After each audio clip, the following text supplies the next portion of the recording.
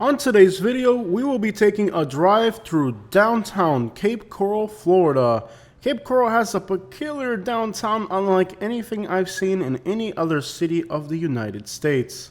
And that is because downtown Cape Coral is almost perfectly flat with very little buildings more than 1 story high, making it one of the most interesting landscapes of any downtown of a city its size I've ever seen. There's also a surprisingly large amount of parking spaces, as it is a pre-planned city, and a modern pre-planned city at that has just recently been filled in for the most part, with very few vacant lots left, making Cape Coral one of the most modern cities that you're going to find as far as the way it was laid out. A downtown that actually has sufficient parking for its activities, but it also has a night vibe that is really unlike any other city I've seen as well. So despite Southwest Florida being kind of a standard flat place with not much variation in its styling, Cape Coral has a few unique things that make it different, not only from any other city in South Florida, but also different from any other city in the country, to be frank. At any given moment, about half the cities in Cape Coral are going to have blue tarps on the roofs because the city seems to have a magnet for hurricanes, getting close impacts from Irma, Ian, Charlie, the list goes on and on. Cape Coral is always dealing with some type of hurricane damage. By population, it is the largest city in Southwest Florida.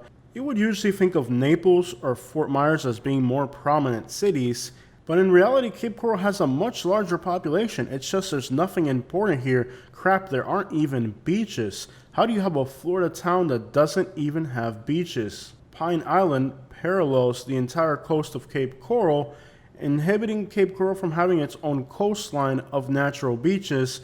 And even on the outskirts of that, you still have Sanibel and Captiva. Well, to be fair, there are beaches. There are simply no bridges going to any of the beaches, which means you have to drive through Fort Myers to get onto the beaches, which means if you live in Cape Coral, Florida, the lack of infrastructure here means, despite the fact that beaches really aren't that far, there's no bridges to get to them. Welcome to Southwest Florida. A city the size of Cape Coral anywhere else in America would also have a beltway going around the city to make traffic navigation easier. But again, welcome to Southwest Florida. The most incomprehensive lack of infrastructure you'll see anywhere in America can almost certainly be found in the state of Florida. Cape Coral is known for having a low crime rate, but here's what the realtors won't tell you. They also have a lot of DUIs, and usually when there's a DUI, law enforcement is hesitant to make an arrest because the person committing the DUI isn't the person that they would like to see committing a DUI. It's usually a middle-aged soccer mom or grandma.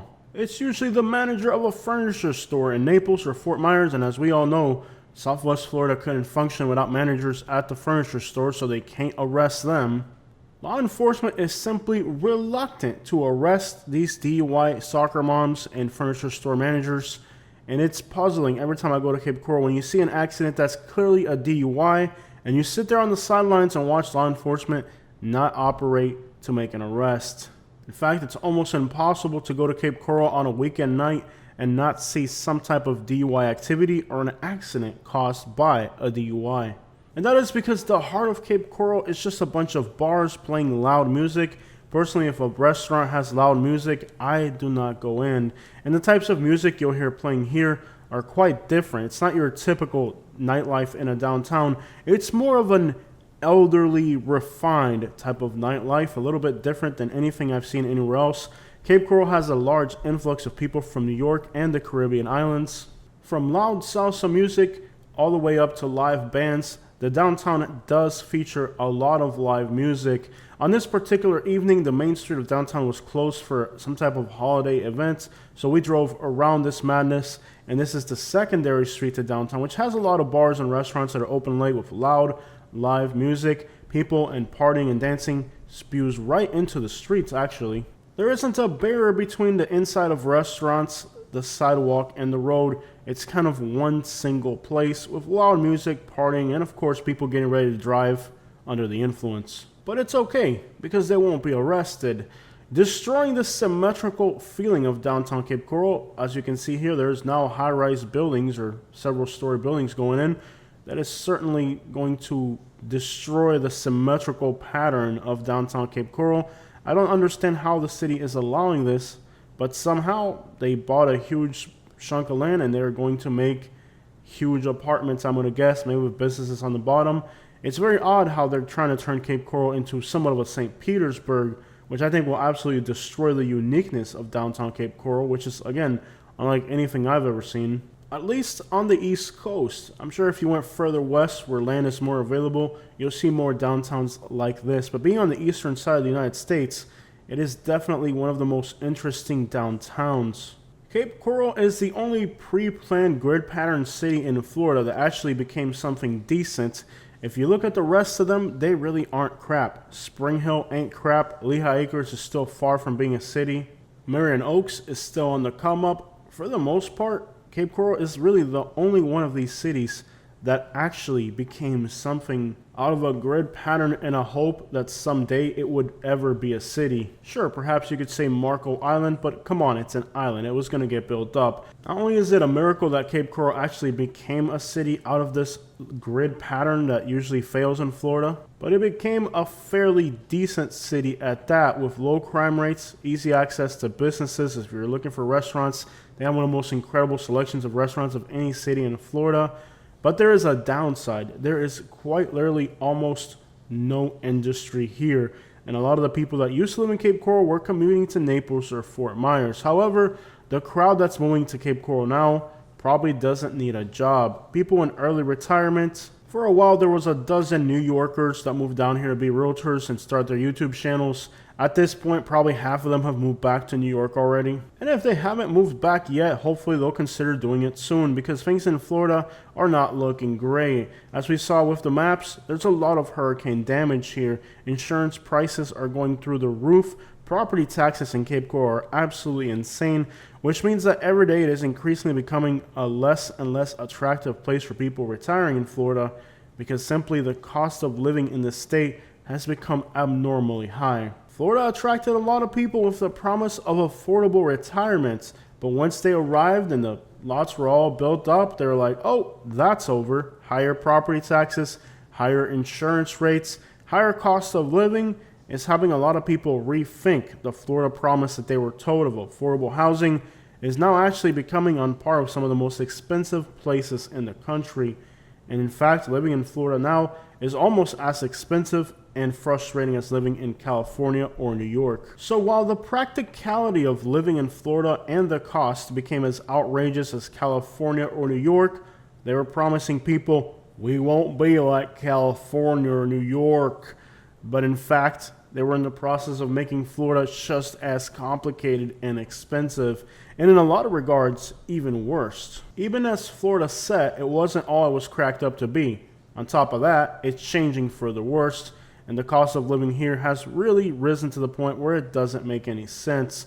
A lot of people will still argue that getting a nice house for $350,000 or $400,000 in the Cape Coral area is a massive deal compared to what housing costs in other places.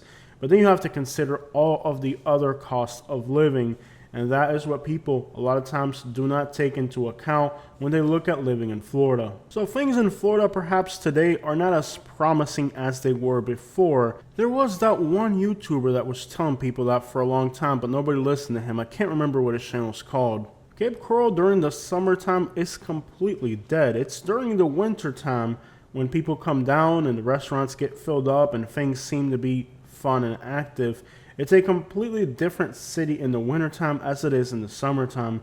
In the summertime, it's a fairly depressing place to be. In the wintertime, people come down from the northeast and the north and they give it a little bit more of life. About a quarter or a fifth of the population here is Hispanic, with Cubans being the largest group. There's great Cuban restaurants, so if you enjoy Caribbean cuisine, you will definitely love living in Cape Coral. And possibly only Boca Raton will have a larger percentage of New Yorkers than Cape Coral. Boca Raton, Spring Hill, and Cape Coral are the three cities that really have the most New Yorkers moving in. And I would say for a fact Port St. Lucie could be on that list as well. Spring Hill being the crappiest of all those locations. Cape Coral probably being somewhere in the middle, What would make Cape Coral great would be the beaches of Southwest Florida. Unfortunately, there's no access to these beaches. And even if there was access, Hurricane Ian just about destroyed all of the coastline of Southwest Florida, which means, at least for the next few years, it's going to be nothing like what it was before. The water clarity is absolutely abysmal compared to what it was in the previous years. Hurricane Ian left damage and destruction in its path that will likely take years to recover. Water clarity and contamination issues after Hurricane Ian and its 14-foot storm surge, it may take even decades before Southwest Florida beaches go back to what they were before. I've been back a few times and it's been disappointing. The water clarity and the visible contamination in the water, it may never be the same again, sadly. I saw this whole thing coming and left Lee County, Florida right after Hurricane Ian. I'm now in the Bradenton, Sarasota area, and I can say that while there's definitely more crime and homelessness up this way, the beaches here are worthwhile. They're so much better. The water clarity starting in around Siesta Key and heading all the way up to Clearwater are some of the best beaches in South and Central Florida. Only the Florida Panhandle is better. Of course, nobody moves to the Florida Panhandle. You want to be in southern Florida because Cape Coral will usually be a whole lot warmer than the Tampa Bay area on a cold winter day. Sometimes it'll be in the 30s in the northern tip of Florida, and it can be almost approaching the 70s and 80s in southern Florida, which means that if you're snowbirding, most likely you're going to end up in the southern tip of Florida because the temperature change really is that drastic throughout the state. Being wrapped by the waters of the Gulf of Mexico with very few beaches, Cape Coral hosts very warm weather during the winter, and in fact you'll be able to grow mangoes, papayas, and all types of tropical plants. So if you are into gardening and you like tropical vegetation, you'll have a great time in Cape Coral. Pine Island was the tropical nursery. A lot of the larger plants there were destroyed, but if you're buying younger grafts to start your own garden, if you buy a home in Cape Coral, most likely you will like the opportunity to grow some of the most amazing tropical vegetation that you can grow anywhere in the United States. That is the city of Cape Coral and my thoughts on Cape Coral as it sits approaching the year 2024. I hope you guys enjoy the rest of this drive. We're heading north on Del Prado,